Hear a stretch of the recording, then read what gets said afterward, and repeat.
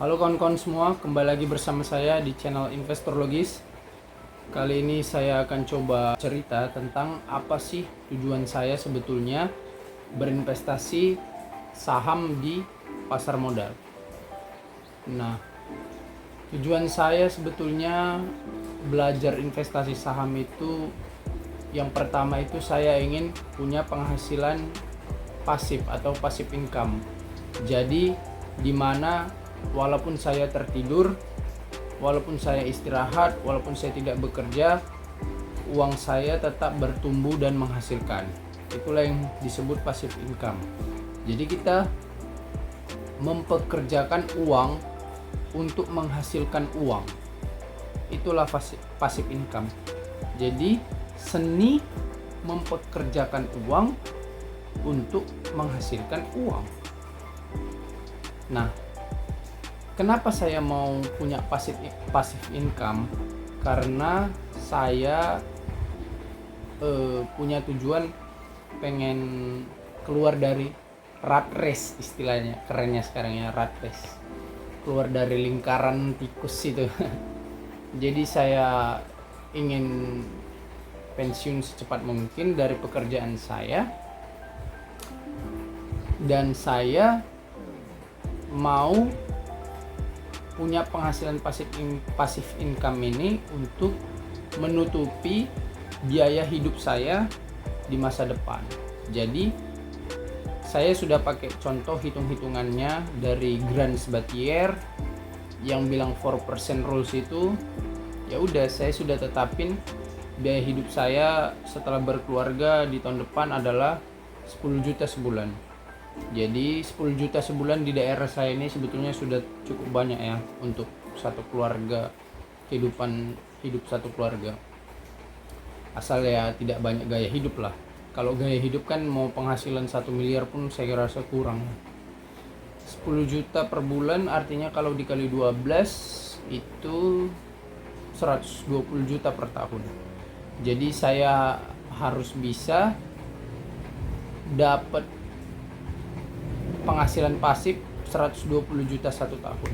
Nah, itulah yang sedang saya kerjakan dan sedang saya usahakan supaya saya bisa pensiun. Dan maksud pensiun di sini bukan berarti nggak kerja lagi atau nggak ngapa-ngapain lagi, enggak. Menurut saya kesuksesan sejati itu adalah ketika kita bisa bekerja tanpa kata harus. Nah, sampai saat ini saya itu bekerja dengan kata harus. Jadi saya harus bekerja untuk memenuhi kebutuhan hidup saya dan kebutuhan hidup keluarga yang saya tanggung. Jadi bukan bukan mau ataupun suka. Saya suka bekerja karena saya melakukan ini. Saya mau bekerja karena saya suka melakukan pekerjaan saya ini, bukan. Saya lebih tepatnya harus. Saya harus bekerja untuk memenuhi kebutuhan hidup saya.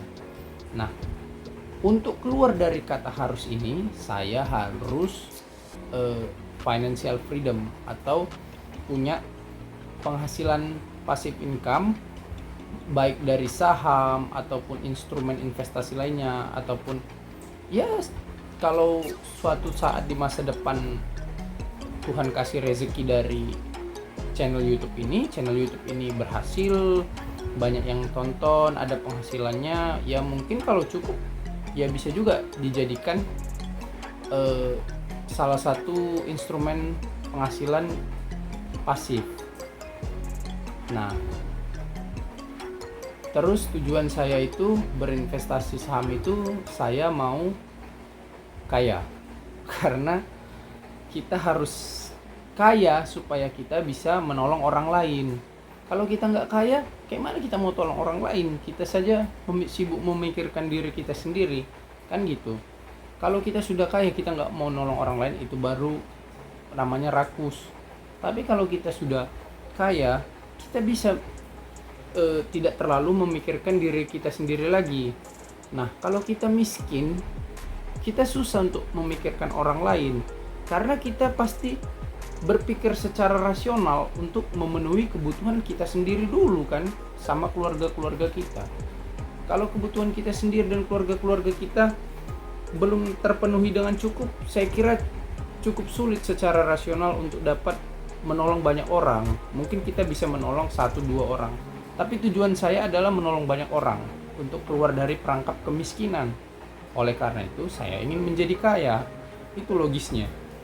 Jadi setelah tujuan-tujuan saya itu bisa tercapai, barulah saya menganggap diri saya itu sukses. Nah, definisi kembali ke tadi soal sukses. Definisi sukses itu menurut saya kawan-kawan adalah memiliki situasi batin dan kehidupan yang seimbang, baik dari skala emosi ataupun dari skala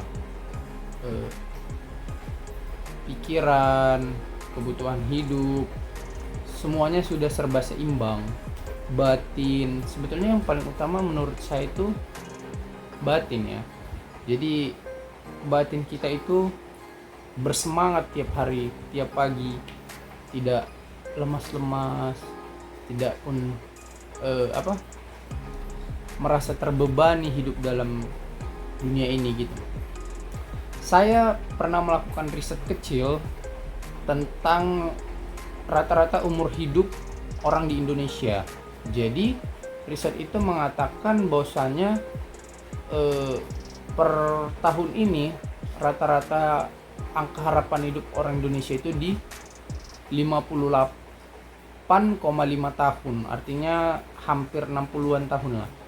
Jadi secara logika saya berpikir kalau umur angka harapan hidup rata-rata orang Indonesia itu 60 tahun, kalau saya sekarang umur 25 atau sampai 30-an, terus saya harus kerja lagi sampai umur 50-an atau 55-an, berarti saya hanya kemungkinan menikmati hidup saya selama 5 tahun.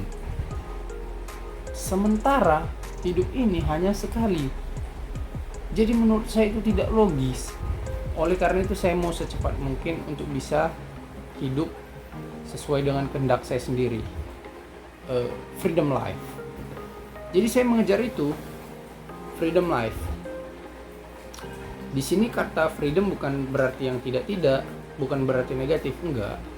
Saya mengartikan freedom life itu sebagai suatu insan manusia yang menjalani hidupnya dengan kemerdekaan setiap hari berdasarkan pilihannya sendiri. Seperti yang dibilang filsuf Aljazair ya, dari Albert Camus namanya. Dia bilang freedom is not a gift from a state or a leader, but a possession to be won every day by the effort of its and union of all. Jadi kebebasan itu harus diperjuangkan setiap hari oleh setiap orang, dan kebebasan itu bukan hadiah dari pemerintah atau hadiah dari siapapun, melainkan sesuatu hal yang harus diperjuangkan oleh setiap individu setiap hari. Nah, jadi nilai kebebasan dan ketentraman dan ketenangan itu sangat mahal harganya. Oleh karena itu kita harus sukses dan harus kaya dan punya penghasilan yang besar untuk menciptakan itu. Ya memang ada dalil-dalil lain yang mengatakan bahwasanya ketenangan dan ketentraman itu berasal dari hati yang bersyukur, pikiran yang tenang.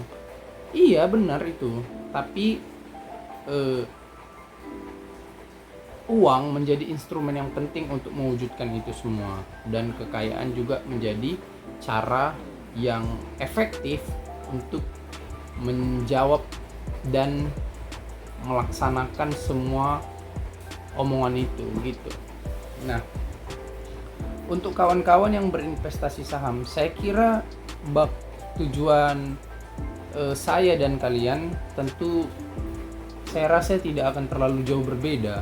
Pasti tujuannya itu juga, mau keluar dari rat race, mau pensiun sesegera mungkin, mau menikmati hidup, mau financial freedom, mau bebas melakukan apapun yang dia suka, mau hidup tanpa perlu khawatir lagi biaya hidup. Ya, itu alasan-alasan yang wajar dan normal menurut saya. Setiap orang saya rasa akan berpikir seperti itu, dan setiap orang yang mempelajari dunia investasi saham tentu pasti akan punya harapan seperti itu, saya kira. Itu hal yang wajar dan lumrah.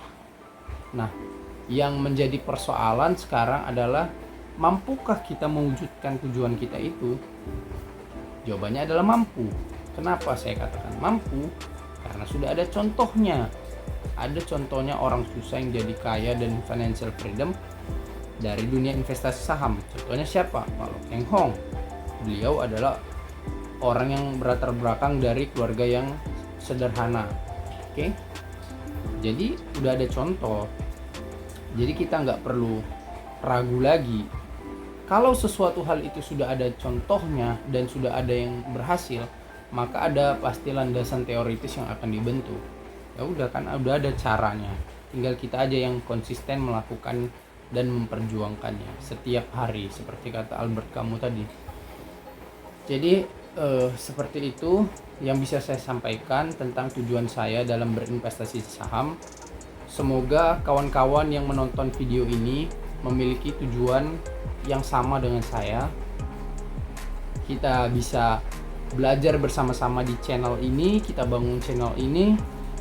Kalau pada akhirnya di masa depan channel ini berhasil, banyak yang nonton, maka saya akan semakin semangat untuk mungkin bisa sedikit bermanfaat untuk mewujudkan mimpi-mimpi kecil itu. Dan juga saya senang aja berbagi pengalaman dan berbagi cerita. Kita semua mungkin punya pengalaman dan cerita kita, baik kegagalan atau keberhasilan dalam dunia investasi saham. Saya harap teman-teman bisa menceritakannya di kolom komentar. Siapa tahu nanti saya mau membuat konten khusus untuk komentar-komentar para penonton dan subscriber di channel ini. Nah, untuk teman-teman yang belum subscribe channel ini, silakan di subscribe ya kawan-kawan, supaya kita bisa sama-sama belajar terus dan supaya saya semakin semangat membuat video-video yang mungkin bisa bermanfaat buat kawan-kawan semua. Terima kasih kawan-kawan telah menonton video ini sampai selesai. Sampai jumpa kembali di video selanjutnya. Salam investor logis. Thank you.